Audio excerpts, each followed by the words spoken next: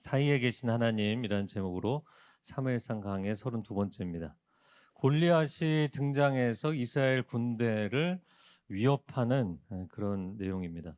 오늘 본문의 1절을 다시 한번 제가 읽어보면, 블레셋 사람들이 그들의 군대를 모으고 싸우고자 하여 유다에 속한 소고에 모여 소고와 아세가 사이에 에베스다밈에 진을 쳤다.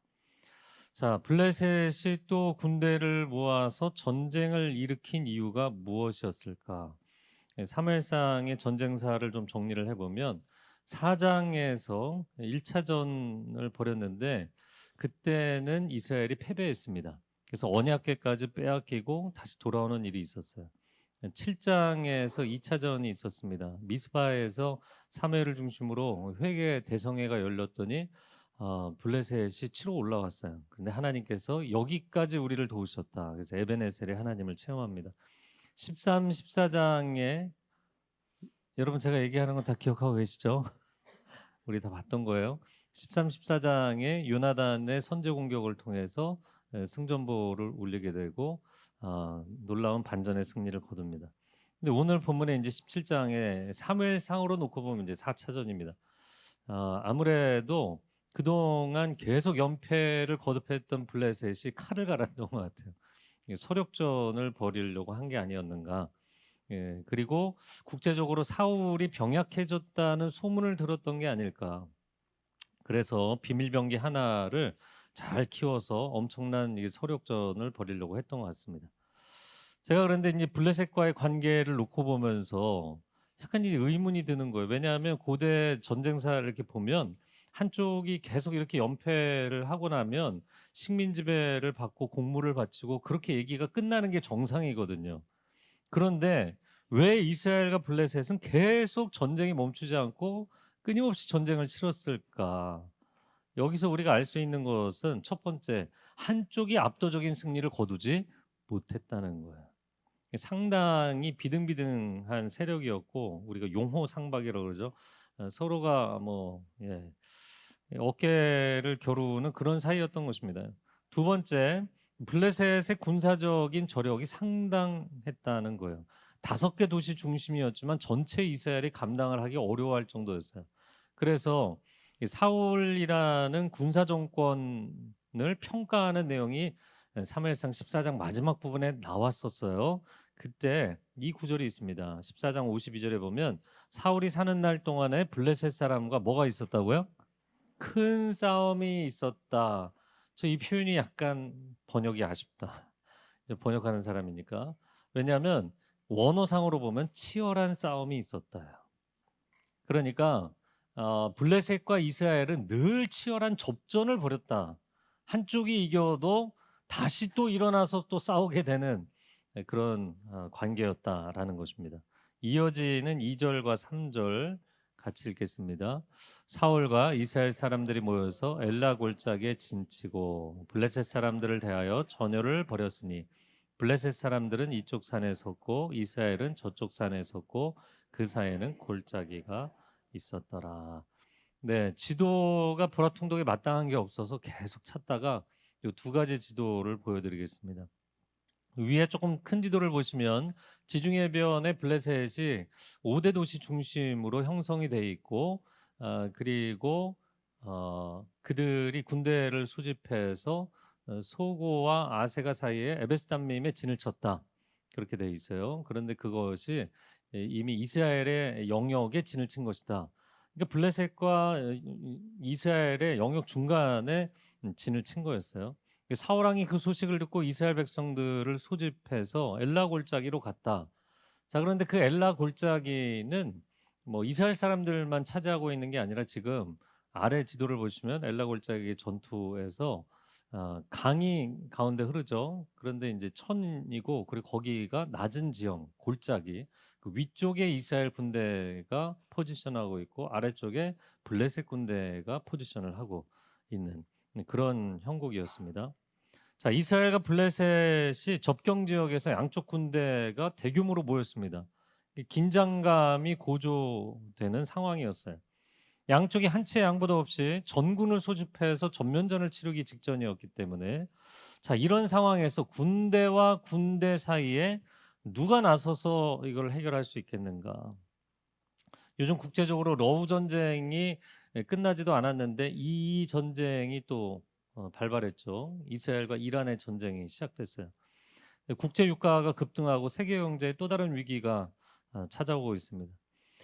그래서 제가 이 전쟁들을 계속 보면서 도대체 세상이 언제 평안한 적이 있었나? 우리는 끊임없이 전쟁 가운데 살아가고 있구나. 다시 본문으로 돌아와서 다윗을 생각해 보면 시골 목동으로 살던 소년이 오늘 이 17장에서 데뷔전을 치르게 됩니다. 그리고 앞으로 그의 평생의 전쟁을 치르게 돼요. 그래서 평생의 그의 전쟁의 스토리의 시작점이 되는 지점이 바로 17장입니다. 자, 그런데 여러분, 베테랑 장수라 할지라도 전쟁에 나갈 때 두려울까요? 안 두려울까요?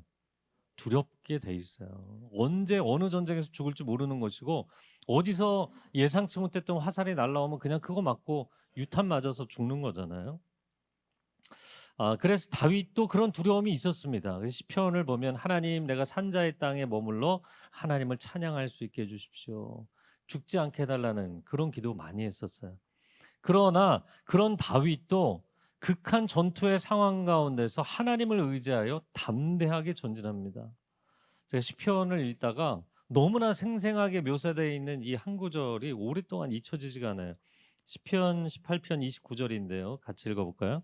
내가 주를 의뢰하고 적군을 향해 달리며 내 하나님을 의지하고 담을 뛰어넘나요. 이 구절 계속 보여주시면, 네, 적군을 향해 달리는 그 한가운데도 그는 기도하고 있는 거예요. 그는 하나님의 임재 가운데 이 전쟁을 치르고 있는 거예요. 여러분, 우리가 누구하고 싸울 때는 하나님 생각은 전혀 안 하고 하나님은 저기 계시고 나는 일단 대판 싸우고 이렇게 생각하잖아요. 그런데 그가 그러지 않았다는 것입니다. 전쟁터 한복판에서도 하나님의 임재의 의식이 충만하면 평안하고 담대할 수 있는 줄로 믿습니다. 아멘. 자, 드디어 블레셋의 비밀병기에 대한 소개가 나옵니다. 4절부터 7절 읽어볼까요? 블레셋 사람들의 진영에서 싸움을 도두는 자가 왔는데 그의 이름은 골리앗이요 가드 사람이라. 그의 키는 6규빗 한 뼘이요 머리에는 노투구를 썼고 몸에는 비늘 갑옷을 입었으니 그 갑옷의 무게가 놋 5천 세겔이며 그의 다리에는 놋 각반을 찼고 어깨 사이에는 놋 단창을 메었으니 그 창 자루는 배틀채 같고 창날은 철 600세겔이며 방패든 자가 앞서 행하더라 라고 되어 있습니다. 자, 블레셋에 이런 장수가 언제 있었나 그런 의문이 듭니다. 왜냐하면 13, 14장에 바로 전에 있었던 3차전을 생각하면 요나단이 선제 공격을 했을 때 그들이 여지없이 무너졌잖아요. 그러니까 여기 블레셋이 극비리에 키운 장수 골리앗은 그들의 비장의 카드였던 것입니다. 골리앗의 풍채에 대한 설명이 나오는데 가히 압도적입니다. 그의 이름 골리앗의 뜻은 망명자라는 뜻이더라고요.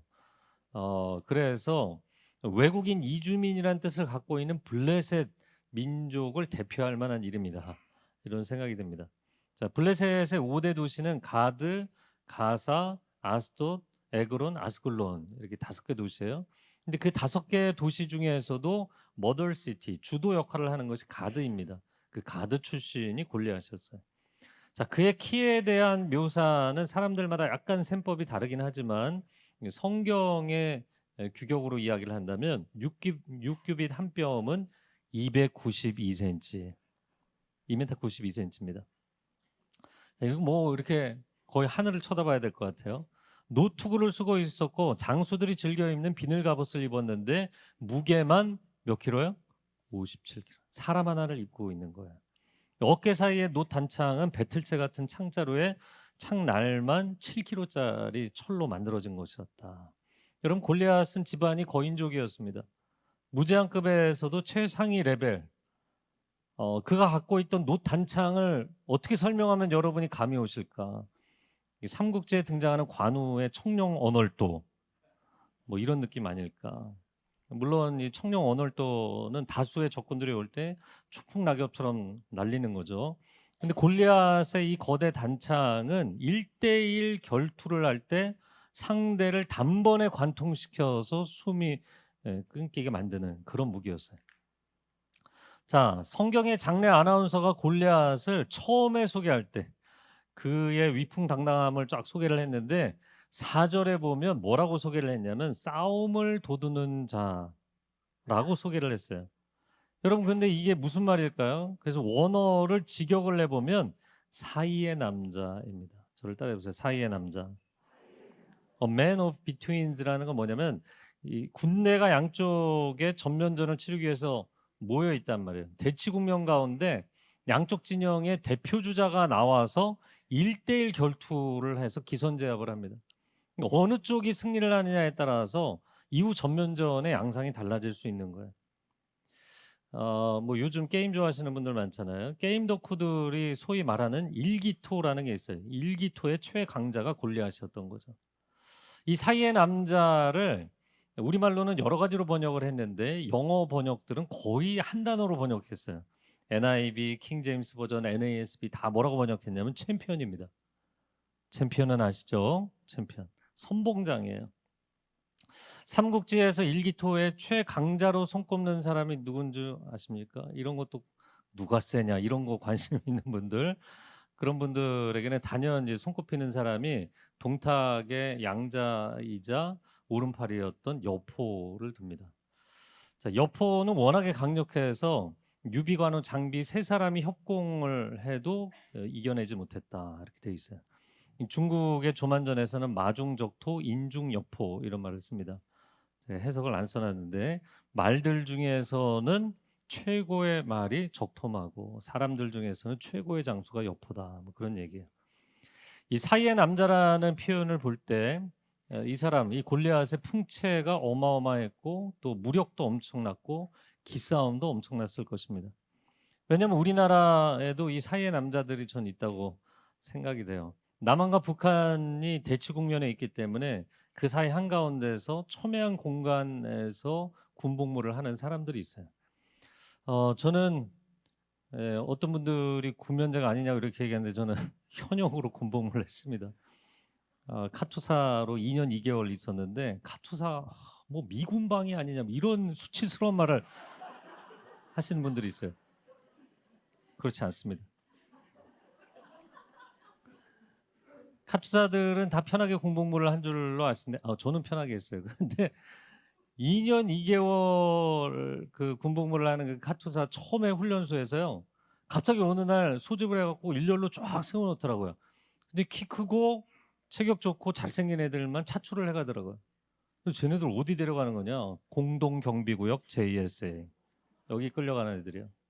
네. 가장 힘든 군 생활을 하게 되죠. 이 친구들은 판문점에서 북한군하고 24시간 대치를 해야 되기 때문에 신경전이 어마어마한 거예요. 이런 사람들을 우리가 소위 말하자면 사이의 남자들인 거예요. 가장 첨예한 공간 안에 그 서로가 대치해 있는 그 공간 사이에서 일하는 사람들이죠. 자, 그 골리앗이 이스라엘 향해서 어떤 이야기를 했는가? 8절부터 11절 읽어볼까요? 그가 서서 이스라엘 군대를 향하여 외쳐 이르되 너희가 어찌하여 나와서 전요를 벌였느냐? 나는 블레셋 사람이 아니며 너희는 사울의 신복이 아니냐? 너희는 한 사람을 택하여 내게로 내려보내라. 그가 나와 싸워서 나를 죽이면 우리가 너희의 종이 되겠고 만일 내가 이겨 그를 죽이면 너희가 우리의 종이 되어 우리를 섬길 것이니라. 그 블레셋 사람이 또 이르되 내가 오늘 이스라엘의 군대를 모욕하였으니 사람을 보내어 나와 더불어 싸우게 하라 한지라. 사울과 온 이스라엘이 블레셋 사람의 이 말을 듣고 놀라 크게 두려워하니라. 네, 앞부분에서는 골리앗의 풍채를 보여줬다면 뒷부분에서는 골리앗의 모욕적인 언사를 들려주고 있습니다. 자, 골리앗이 이스라엘을 모욕했다라고 이야기했는데 왜 모욕했다고 이야기를 했을까요? 한 세 가지로 정리를 해서 보면 첫 번째, 자기는 블레셋 사람인데 너희는 사울의 신복이 아니냐. 근데 이거는 번역이 조금 아쉬운 거예요. 왜냐하면 모욕하기 위해서 하는 말인데 상대를 배려해서 신복이라고 표현하면 안 되고 노예들이다, 종들이다. 너희는 사울의 꼭두각시 아니냐 이런 표현을 쓴 거예요. 자, 두 번째, 감히 나와 맞서 싸울 수 있는 적수를 골라낼 수나 있겠냐, 그런 사람이 있겠냐라는 것이고, 세 번째, 이 모욕했다라는 표현이 원어상으로는 신성모독이라는 뜻입니다. 그래서 이스라엘 군대만 모욕한 것이 아니라 그 배후에 계신 여호와 하나님을 모욕한 것이었어요. 자, 그런데 이런 모욕적인 언사를 들으면 뭔가 대꾸를 해야 되잖아요. 사울과 이스라엘 군대에서 뭐라고 얘기했다는 대사가 여기 있나요? 한마디도 없어요. 유구무원, 할 말이 없는 거예요. 그러면 내가 나가서 싸우겠다 이렇게 말할 사람도 없고, 그렇다고 해서 이 중요한 국가 간의 전쟁에서 갑자기 시작도 안 해보고 항복을 할 수도 없고, 그렇다고 해서 하염없이 기다리라고 할 수도 없는 거잖아요. 근데 제가 이 상황을 생각해 보니까 더 충격적인 것은, 아니 믿음의 용사 요나단이 있는데 요나단은 왜 안 나타났을까? 그럼 요나단조차도 어떻게 판단하는 거예요? 객관적으로 불가능한 대전, 이 매치업이 안 된다고 본 거예요. 네. 이 체급이 안 맞는 거죠. 요나단이 나서지를 않는다면 도대체 이스라엘 군대에서 누가 나서겠어요? 아무도 맞설 사람이 없었던 겁니다. 자, 16장을 볼 때 우리가 하나님은 외모가 아니라 뭘 보신다고요? 중심을 보신다. 아주 명확하게 얘기를 하셨잖아요. 근데 17장에 골리앗이 등장하는 순간 그 말씀은 그냥 다 사라지는 거예요. 하나님은 중심을 보실지 모르지만 저희는 외모가 보입니다. 이 외모가 사람을 압도합니다. 이런 거죠. 여러분 아직 봄일까요? 여름이 되었을까요? 여름이 되었다고 왜 확신하세요? 어제가 6월 21일이었는데 음력 24개 절기 중에서 어제가 무슨 날이었죠? 이분은 많이 아시던데 하지였습니다. 하지. 여러분 동지와 하지는 아셔야 하잖아요. 네, 뭐 다른 건 몰라도 동지 하지 정도는 우리가 알 수 있는데 그 지자가 이를 지자예요. 이를 지자. 그러니까 여름에 이르렀다. 드디어 여름에 이르렀다. 자, 동지는 1년 중에서 1년 365일 중에서 낮이 가장 짧고 밤이 가장 긴 날이 동지. 하지는 1년 중에 어떻게 되겠어요? 낮이 가장 길고 밤이 가장 짧은 날입니다. 여름입니다. 드디어.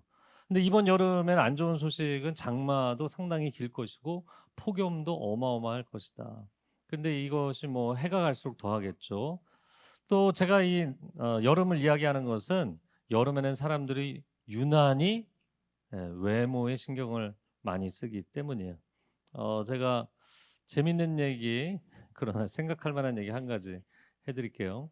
제가 대학생 시절에 뭐 그 시절 그 나이 때 고민이기도 하지만 이런 묵상을 했어요. 왜 나는 예쁜 사람을 보면 눈이 돌아갈까? 이런 질문을 스스로에게 해봤어요. 제가 지하철 대학을 다닐 때 신촌역, 세내역이라고 하는데 지금은 세내역에서 신촌역까지 이제 학교를 다녔어요. 그런데 지하철에 사람이 많을 때는 뭐 정신이 없는데 사람들이 벼 있고 거의 다 이제 좌석에 앉아 있을 때 예쁜 사람이 지나면 남자들은 다 눈이 돌아갑니다. 그래서 제가 하루는 실험을 해본 거예요. 재밌는 실험을. 이 지나가는 사람을 쳐다보지 않고 그 사람을 쳐다보는 그 사람들을 쳐다봤어요. 그러니까 한 사람이 이렇게 쭉 지나가는데 이제 반대편에 앉아 있는 사람이 정반대편 의자에 앉아 있는 사람이 쭉 시선이 돌다가 제 눈하고 마주친 거예요. 깜짝 놀래더라고요. 자기를 쳐다보고 있으니까. 제가 이런 생각이 들었어요. 왜 인간은 다른 사람의 아름다움을 훔쳐볼까? 여러분 돈이 없으면 돈을 빼앗고 싶은 마음이 생기죠. 어린 아이들도 내가 친구가 가지고 있는 재밌는 장난감 없으면 그거 뺏고 싶어 하잖아요. 그러나 우리 안에는 이미 하나님의 형상으로서의 아름다움이 있는 줄로 믿습니다. 근데 그것을 인지하지 못하고 우리는 뭔가가 결핍되어 있는 존재처럼 살고 있지 않는가. 성도 여러분 저를 한번 따라해 보세요. 나는 하나님의 아름다운 형상입니다. 아멘. 다만 관리를 잘 못해서 그렇지. 주신 거는 아름다운 형상을 주신 거예요. 여러분 건강 관리 잘 하시고 마음 관리를 잘 하시고 인생 관리를 잘 하시기를 축복합니다. 요한 3서 1장 2절에 사랑하는 자여 내 영혼이 잘됨 같이 내가 범사에 잘되고 강건하기를 내가 간구하노라. 여러분 뭐 골리앗을 이야기하다가 제가 이제 외모에 대한 얘기를 좀 해야겠다. 사실은 청년부 설교할 때는 굉장히 많이 얘기했었는데 오늘날 뭐 성인들도 좀 얘기를 할 필요가 있어서 합니다. 제가 밴쿠버에 있을 때 여러분이 뭐 누군지 알 수 없는 분들 얘기해요. 그 자녀들 유학 공부시키느라고 기러기 엄마들이 많이 와 계시거든요. 근데 이분들이 이제 여름방학 좀 긴 때는 한국에 다녀오는데 저는 가족들 만나러 갔다 오는 줄 알았어요. 근데 한국에 다녀오면 누구시더라? 얼굴이 변해갖고 나타나시는 거예요. 새 사람이 되어서. 너무 손을 이제 많이 대시는 거죠. 근데 사람이 거짓말도 꼬리에 꼬리를 무는 거짓말이라고 하죠. 한 번 손대기 시작하면 계속 손대야 돼요. 그래서 저도 이제 고민인데 머리에 염색을 하라고 사람들이 주변에 얘기하는데 하나님이 외모에도 하나님의 시간표로 일하고 계신데 내가 손을 대야 되나? 그래서 머리에 염색을 안 하기 위해서 계속 짧게만 자르는 거예요. 여러분, 여러분의 스킨케어, 바디케어도 중요하지만 무엇보다도 여러분의 소울케어, 영혼을 돌보는 사람들이 되시기를 바랍니다. 영혼이 빛나는 사람, 그래서 하나님과 사람들을 감동시키는 인생이 될 수 있기를 축복합니다.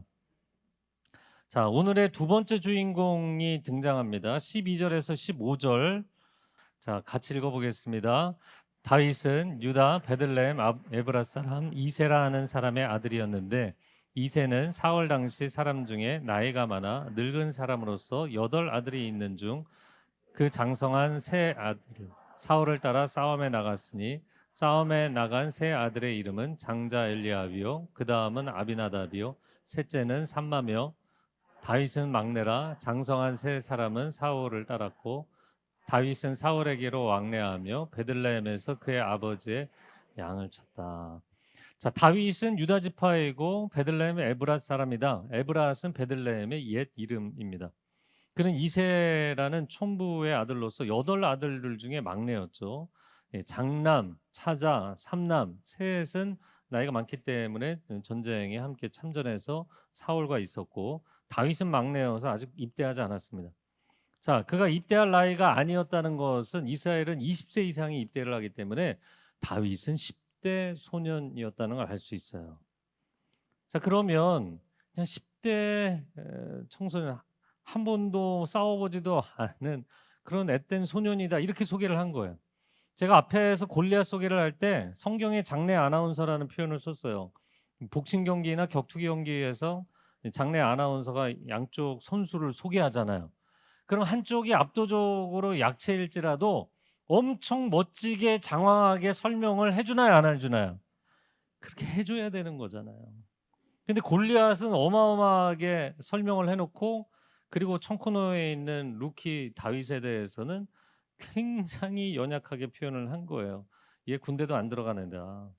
그렇게 소개를 한 겁니다. 마지막 16절 같이 읽어보겠습니다. 시작. 그 블레셋 사람이 40일을 조석으로 나와서 몸을 나타내었더라. 제가 이 구절을 계속 읽으면서 도대체 이게 뭔 얘기지? 몸을 나타냈다? present himself라는 영어식 이제 표현인데 이 표현이 생각할수록 굴욕적이더라고요. 여러분 골리앗이 40일 동안 아침 저녁으로 몸을 한 번씩 보여줬다는 거예요. 축구 마니아들은 브라질 국가대표 선수들이 내한에서 A매치 경기를 하면 뭐 3대0, 5대0으로 그런 건 상관하잖아요. 그분들을 현장에서 봤다는 것만으로 감동을 받잖아요. 그런 것처럼 골리앗이 진영에서 나와서 아무것도 안 하고 몸 한 번 보여주고 으스대고 들어갔는데 그 위용이 압도적이었다. 이스라엘 사람들은 두려움에 빠질 뿐만 아니라 부러움도 느꼈었던 것 같아요. 야, 적군은 저런 장수가 있는데 우리는 뭐냐.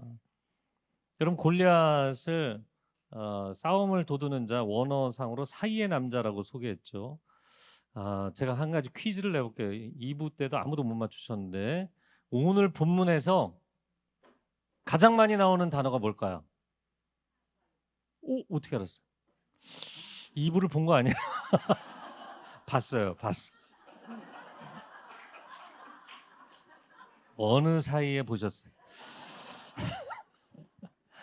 네, 사이라는 단어입니다. 놀랍게도 여러분 그 싸움을 도두는 자가 원어적으로 사이의 남자고 그 외에도 한글로도 사이사이사이 그 사이사이에 있습니다. 그 단어가 골리앗이 양쪽 진영 사이에 그 사이의 공간에 나타나서 나처럼 이 사이의 공간에 들어와 싸울 사람을 선택해서 보내라.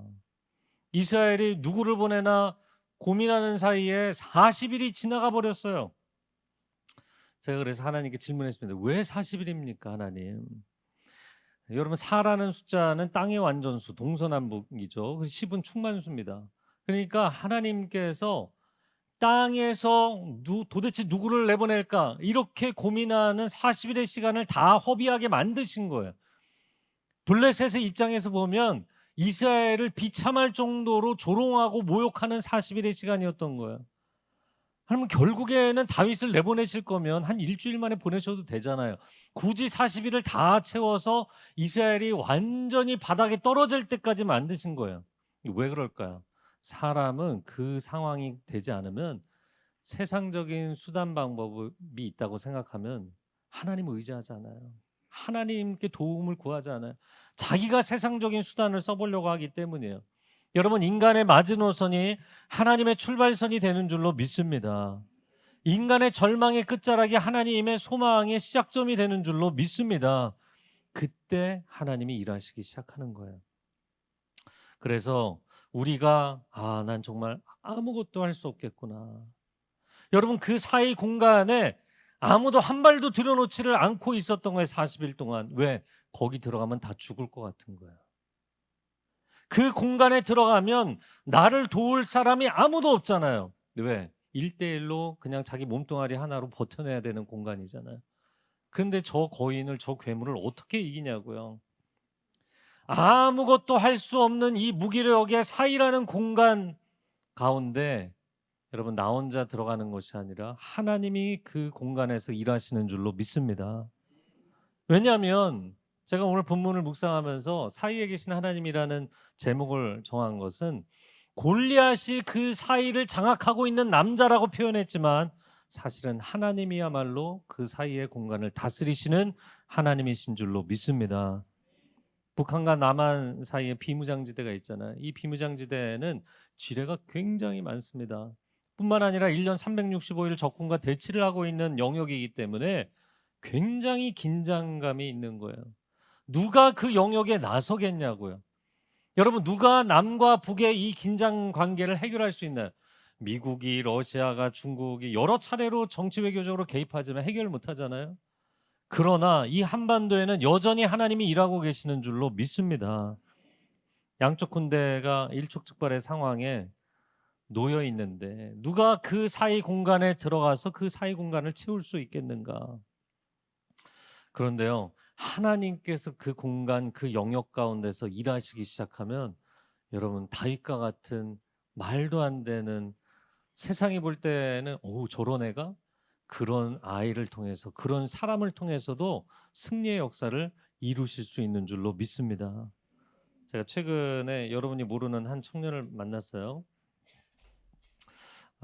그런데 이 청년의 얘기를 듣고 너무 안타까운 거예요. 왜냐하면 자기가 어려서부터 꿈꿔왔던 일이 있어서 그 전공으로 공부를 했고 그 일에 5년 동안 자기를 다 쏟아부었어요. 불철주야 그 일을 위해서 자기의 인생을 다 쏟아부었는데 5년의 끝에 깊은 우울이 찾아온 거예요. 저를 만나서 첫 이야기가 이거였어요. 목사님, 저는 이 일에 적합한 사람이 아닙니다. 그 얘기를 듣는데 너무 가슴이 아프더라고요. 그래서 제가 이 친구에게 뭐라고 얘기를 해야 얘가 이 디프레션에서, 우울에서 빠져나올까? 그래서 이렇게 얘기를 했어요. 아니, 너는 일단 팩트 체크부터 해야겠다. 그랬더니 팩트 체크요? 그래서 제가 이렇게 얘기했어요.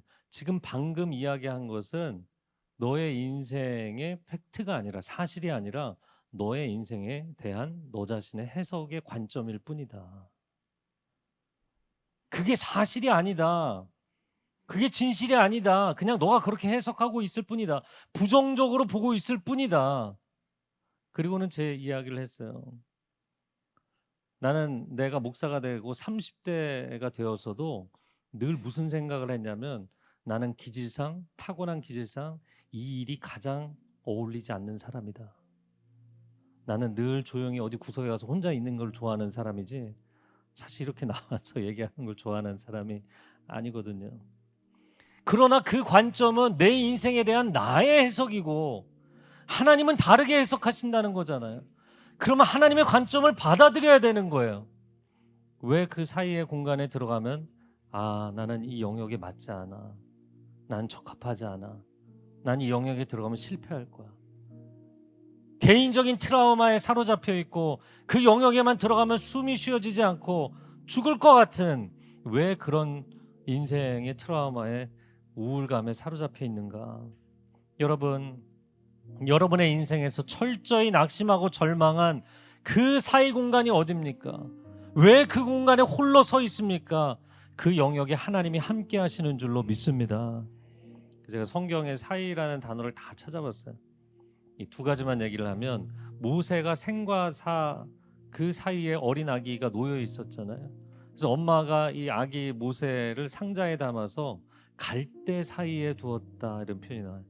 갈대는 쉽게 꺾이는 굉장히 연약한 풀이잖아요. 근데 갈대 사이에 놓았다라고 했지만 아니요. 갈대 사이에 놓여 있는 아이가 아니라 하나님 품 안에 놓여 있는 아이였는 줄로 믿습니다. 그래서 그를 건져내시고 그가 민족의 지도자가 되게 하시죠. 더 거슬러 올라가서 창세기를 보면 야곱이 자기보다 더한 사기꾼 삼촌 라반을 만나서 엄청 고생을 해요. 도망치다시피 자기 고향으로 돌아오는데 뒤에서는 라반이 쫓아오고 앞에는 두려운 에서가 기다리고 있는 거예요. 그런데 하나님께서 죽일 듯이 쫓아오는 그 라반과 야곱 사이에 계시는 거예요. 그리고는 라반이 야곱을 해치지 못하도록 만들어주시고 야곱을 건져주세요. 여러분, 그 사이 공간에 누가 계세요? 하나님이 계세요. 그런데 야곱은 또 그 경험을 했음에도 불구하고 자기 앞에 있는 에서와의 그 사이 공간이 너무너무 두려운 거예요. 그러나 야곱과 에서 사이에 누가 계세요? 하나님이 계세요. 하나님이 일하시잖아요. 여러분, 때로는 직장에서 너무나 중요한 프로젝트를 진행해야 되는데 두려운 거예요. 그래서 그 프로젝트를 내가 설명하고 또 계약을 해야 되는데 그 파트너 회사를 만나면서 너무너무 두려운 거예요. 그 사이의 공간, 계약이 지금 완료된 상태가 아니잖아요. 계약을 성사시켜야 되는데 이게 너무나 중요한데 여기서 실패하면 내 인생이 끝날 것 같은 막 두려움이 오고 공황장애가 오고 숨이 안 쉬어지고 출근을 못하고 이런 분들이 계세요. 자기 직장 상사가 자기를 너무 압박하기 때문에 너무나 마음대로 행동하는 클라이언트가 또다시 찾아온다고 이야기할 때 트라우마가 다시 올라오시는 분들이 있어요. 그런데 이런 어려움도 있지만 때로는 부부간에 부모 자식 간에 그런 역기능적 관계에 빠지는 분들이 있어요. 남편이 언어폭력, 신체폭력 너무나 공격적이기 때문에 남편을 대하면 그 공간이 극한 대립으로 대치하는 이 사이의 공간이 되시는 분들이 있어요. 아이가 너무나 방황하고 사춘기의 자녀가 부모를 너무나 괴롭히니까 그 아이를 생각하기만 해도 아이랑 대화를 하려고만 해도 숨이 안 쉬어지는 분들이 있어요. 여러분, 그 숨막힐 듯한 사이 공간에 나 혼자 들어가는 게 아닙니다. 하나님이 그 자리에 함께 하시는 줄로 믿습니다. 하나님이 함께 하시는 줄로 믿습니다. 여러분이 왜 적군을 그 사이 공간에서 혼자 대면할 생각을 하는가? 아니다. 하나님이 함께 하시고 하나님이 그 사이의 공간에 계셔서 일하실 줄로 믿습니다. 여러분, 제가 질문을 하면 답을 하시는데 답은 아주 간단해요. 그냥 하나님이라고 대답하시면 돼요. 자, 이제 우리가 17장에서 계속 다윗과 골리앗 이야기를 볼 텐데 앞으로 골리앗과 다윗 사이에 누가 개입하실까요? 골리앗과 다윗의 싸움에 누가 섭리하실까요? 그러면 이 전쟁의 결과 누구에게 승리를 줄 것인지 승자를 결정하시는 분이 누구입니까? 여러분의 인생도 바로 그분이 결정하십니다. 이 시간 함께 기도하겠습니다.